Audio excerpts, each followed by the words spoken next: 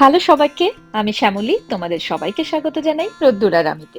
আজ শনিবার সকালে রোদ্দুরকে একটু বানিয়ে দিচ্ছি ব্যানানা প্যানকেক। ব্যানানাটাকে একটু হাতে স্ম্যাশ করে নিয়ে তার সঙ্গে 4 চামচ ময়দা, নুন আর বেকিং সোডা, তার সঙ্গে পরিমাণ মতো দুধ আর একটা ডিম দিয়ে ভালো করে এটাকে মেখে নিয়েছি। আর একটু দিলাম ভ্যানিলা এসেন্স।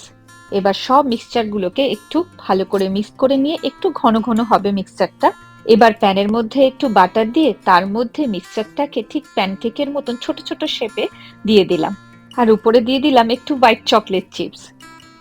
এখন উপরটা বেশ ছোট ছোট বাবেল দেখা যাচ্ছে, তাই ধীরে ধীরে সমস্তগুলোকে একটু উল্টে দিলাম। ব্যাস, আমার প্যানকেক রেডি।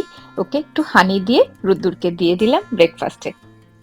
আমাদের বাড়ির সামনেটাতে অনেক আগাছা হয়েছে, তো সেগুলো হাতে পরিষ্কার করতে গেলে অনেক কাটা লেগে যায়, আবার অনেক সময় না গোড়াগুলো অনেক মোটা হয়ে গেছে, হাতে করে তোলা যাচ্ছে না। তাই অ্যামাজন থেকে এইটা অর্ডার দিয়েছি, যাতে এগুলো তুলতে সুবিধে হয়।